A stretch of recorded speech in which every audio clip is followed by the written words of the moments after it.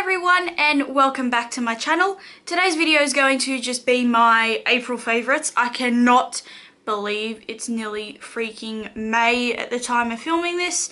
On the date of filming this, it is currently the 25th, so it's Anzac Day. So hello to all of my fellow Australians and New Zealand people.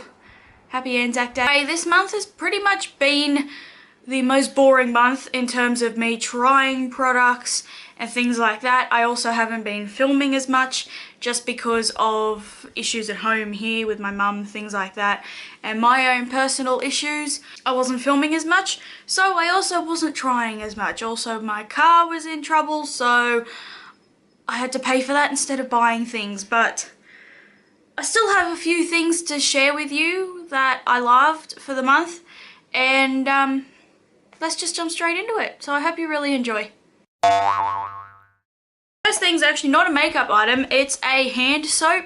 These Tricare foaming hand washes are our absolute favourite in this family.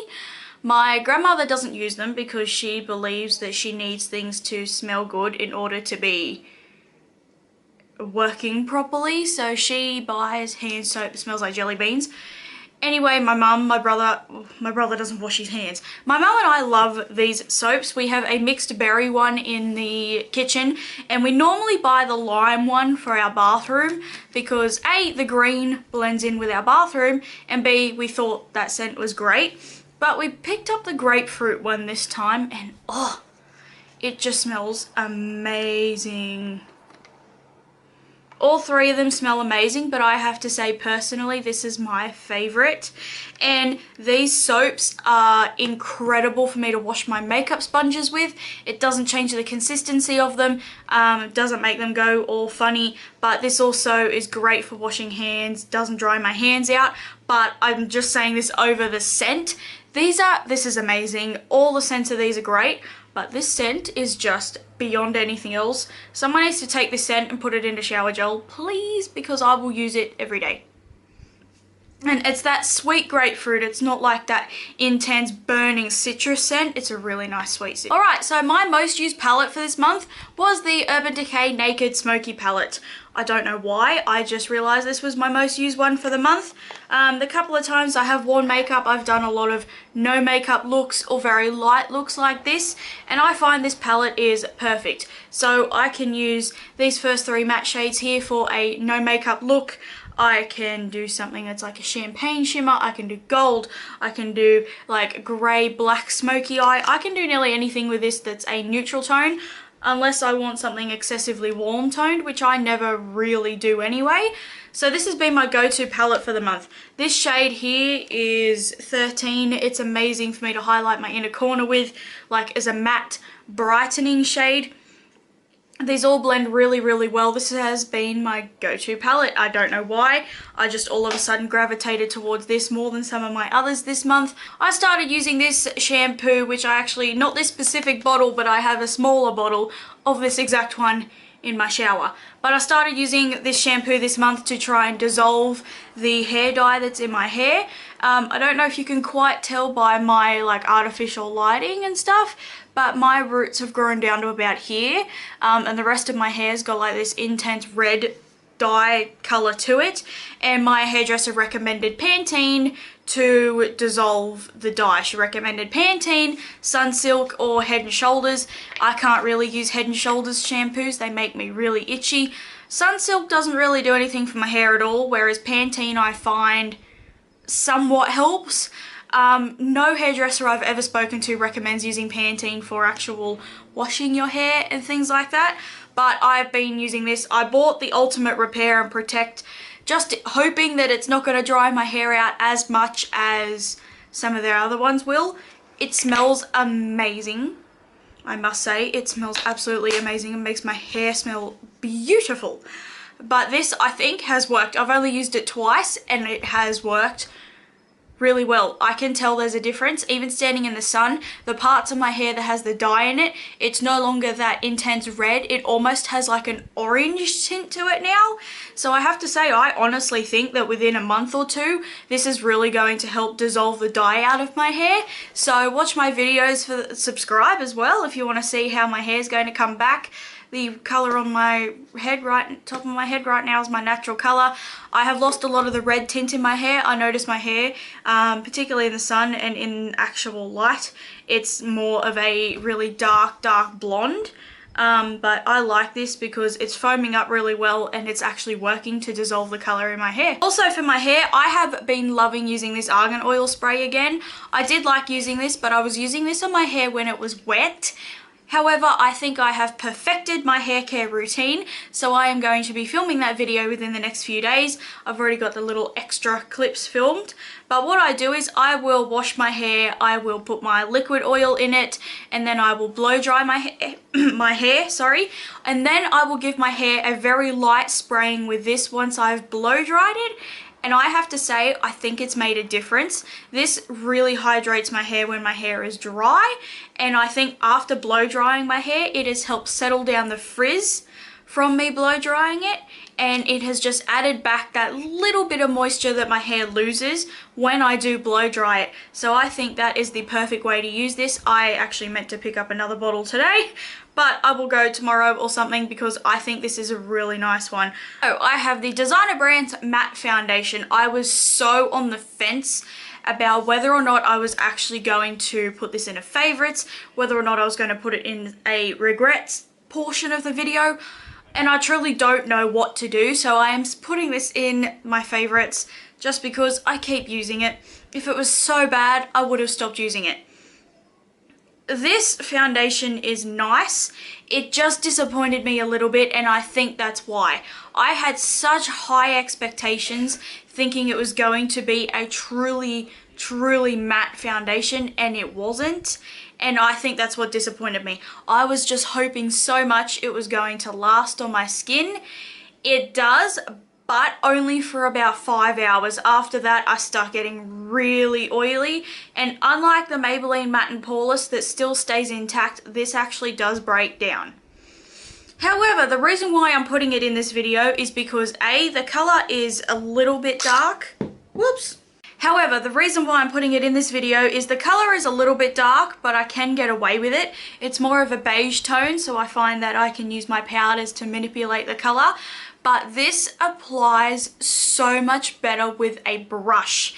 It is a foundation I can just grab and put on with a brush. I actually cannot use a sponge with this foundation at all. If I use a brush, I can use one layer, I can do a bit of correcting or spot concealing on my face, put some concealer underneath my eyes, and then do the rest of my makeup, and I am fine.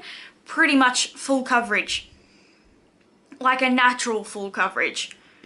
Whereas if I use a sponge, it goes so light coverage. I used like 2.5 layers one day trying to build up the coverage, and it just would not go. And when I use a sponge, it for some reason just cakes up. It literally over the course of the day, it makes my skin look so bad. It's like it just sits on top of my skin. It cakes up around all of my scars, around my eyebrows, around my nose. It literally showed every bit of texture I had on my skin. So that's why this is in my favorites, is because it's a foundation I prefer with a brush, which is kind of rare because on my skin with so much texture, normally I prefer a sponge. But this I prefer with a brush, and I find that it's great for when I'm in a rush because I can just grab my brush, blend my foundation on, I rub my concealer underneath my eye with my finger a little bit, I blend it up close to my eye with my finger, and then blend the edges of it out with my brush, and it is perfectly fine. I find that it's great, and I like the fact that I can't use a sponge with it because then it forces me to use my brushes. I have another foundation here, and it is the Rimmel Lasting Finish 25 Hour Foundation. This is the one I'm wearing right now on its own, and I also applied this with a brush, and it was a filthy brush because I used it about 5 times with this foundation. So I have also come to the conclusion I think this foundation applies better with a brush. It is looking so much smoother over my face. I am not as oily as I used to be when I apply this with a sponge, and it's not looking as textured on my forehead. It's not caking up around all of my scars on my chin, and it's not looking as bad around my nose. So I actually think this is my all-time favorite dewy foundation. I know this is not the most dewy foundation on the planet, but because I'm so oily, I pretty much only use matte foundations, but I think this is great. I do go super oily with it after about 3 hours, but if I want short times, or if I'm going to take powder with me to touch up, this is just a beautiful foundation. It's like a gel, it glides on. It's absolutely beautiful. I highly recommend it. Alright, so my most used lip colour for the month is the NYX Liquid Suede Lipstick in Vintage. I wore this so much this month, basically just doing my makeup in my room, and a couple of times I went out without my mum around, because if I put this on with my mum around, she tells me I look gothic or I look silly or something like that, but I love this colour so much.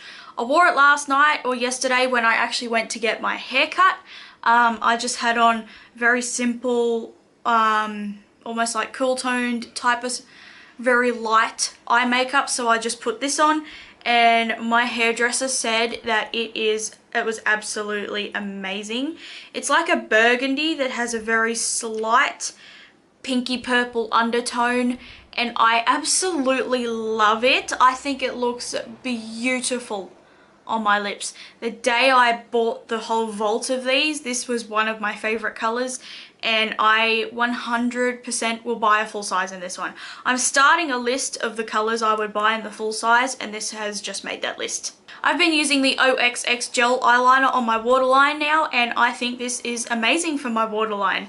It sucks as an actual gel eyeliner because it literally doesn't set and it transfers and rubs everywhere. Most gel eyeliners do that on me. I think it's just because my eyes water so much and because I'm just so oily. Although I don't get oily on my eyelids because I use my MAC paint pot, so I don't get oily around my eyes at all. At all. I can be the most greasy, oily that I've ever been, and I will still have this ring of my concealer around my face. So I have no idea, but I started using this on my waterline because it was the last step before I was going to chuck it out. And it works really, really well. The only thing I hate is when I do use it, sometimes little fragments of it get in my eye, and then it causes my eye to get really red and feel funny because I got stuff in it. But this stays on my waterline. It's super black, it's super gentle, it doesn't sting, it's very creamy, it's really nice for my waterline. I actually think that this Maybelline Baby Skin Primer is my favorite actual pore filling primer. Now I know I love the OXX one, but that is what I call a smoothing primer. It fills in my pores, but I will use that over my whole face. This is one of the spot primers I absolutely love. I think this is my favorite.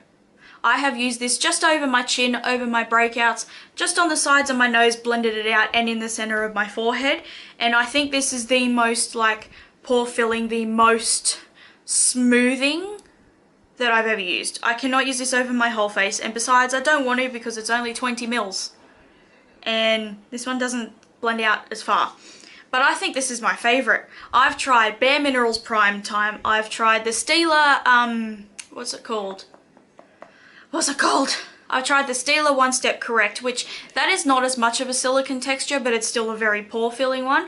I've tried the L'Oreal one. I've tried Australis. I've tried Face of Australia, Aldi. I've tried a lot of silicone based primers, and I love using the OXX one all over my face, but this is my favorite one for truly pore filling.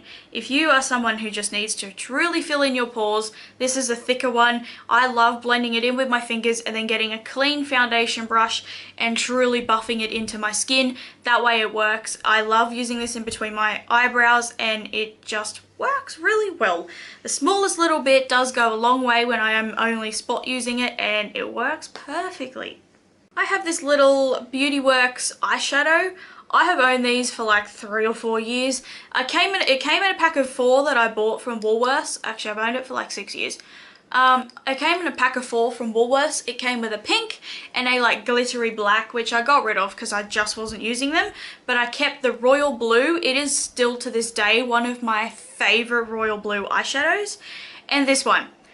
I accidentally bought this back from my dad's. This is like my go-to inner corner and brow bone like highlight color for a natural day. And I've been using it here.